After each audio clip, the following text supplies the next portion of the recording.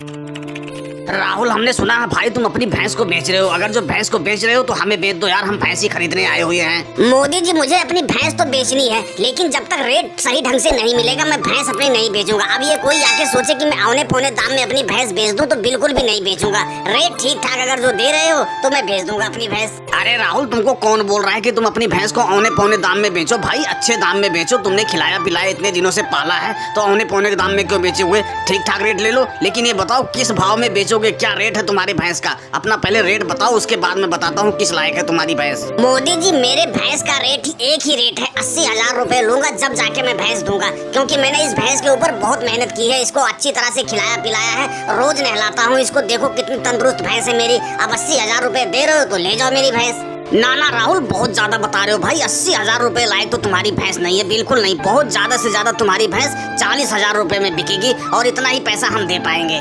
योगी जी, हमने तो तुमसे कोई भैंस का रेट किया नहीं, हमने तो मोदी जी से किया। तुम कौन हो भैंस का हमारे रेट लगाने वाले? और तुम्हें शर्म नहीं आ रही है? तुम 40,000 रुपए मेरी भैंस का रेट लगा रहे हो।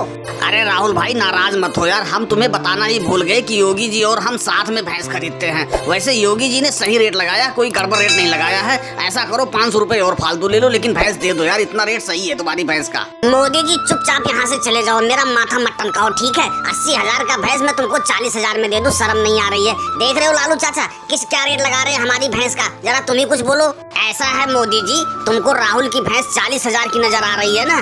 तुम ऐसा करो, ऐसी भैंस हमें 5 लाख के बांध दो, हम तुम्हें 50,000 का रेट में देंगे। यार कम से कम कुछ शर्म करके रेट लगाया करो। बताओ 80,000 की भैंस की तुम 40,000 लगा रहे हो। अरे 70-75,000 लगाते तो समझ में आता। ये भैंस कम से कम 75,000 की जाएगी। अगर जो तुमको लेना है तो एक रेट मैंने बोल दिया। अरे लालू जी, कम से कम कुछ सोच समझ के बोलो यार। बताओ 75,000 तुमने ऐसे रेट लगा दिया जैसे कि कोई पैसा है ही नहीं। 75,000 रुपए, हम ज्यादा से ज्यादा इस भैंस का 60,000 रुपए देंगे।